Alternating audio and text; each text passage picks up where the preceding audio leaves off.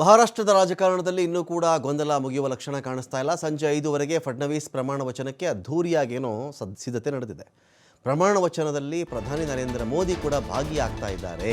ಆದರೆ DCM ಅವ್ರಿಗೇನು ಹುದ್ದೆ ಬಂದಿದೆಯೋ ಅದನ್ನು ಒಪ್ಕೊಳ್ಳಿಕ್ಕೆ ಏಕನಾಥ ಶಿಂಧೆ ಇನ್ನೂ ಕೂಡ ರೆಡಿ ಇಲ್ಲ, ಗೊಂದಲದಲ್ಲಿದ್ದಾರಂತೆ.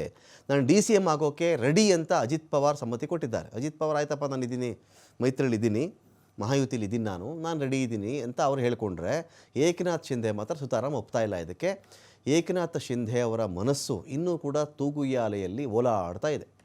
ಪ್ರಮಾಣ ವಚನಕ್ಕೆ ಇನ್ನು ಬಾಕಿ ಇರೋದು ಕೇವಲ 2.5 ಗಂಟೆ ಮಾತ್ರ. ಆದರೆ ಹಂಗಾಮಿ CM ಏಕನಾಥ ಶಿಂಧೆ ಮಾತ್ರ ಸ್ಪಷ್ಟ ನಿರ್ಧಾರಕ್ಕೆ ಇನ್ನೂ ಕೂಡ ಬಂದಿಲ್ಲ. ತನ್ನ ಸ್ಪಷ್ಟ ನಿರ್ಧಾರದ ಬಗ್ಗೆ ಇನ್ನೂ ಮಹಾಯುತಿ ನಾಯಕರಿಗೆ ಅವರು ತಿಳಿಸಿಲ್ಲ. ಗೃಹ ನಗರಾಭಿವೃದ್ಧಿಯಂತಹ ಪ್ರಭಾವಿ ಇಲಾಖೆಗೆ ಏಕನಾಥ ಶಿಂಧೆ ಪಟ್ಟು ಹಿಡಿದಿದ್ದಾರೆ.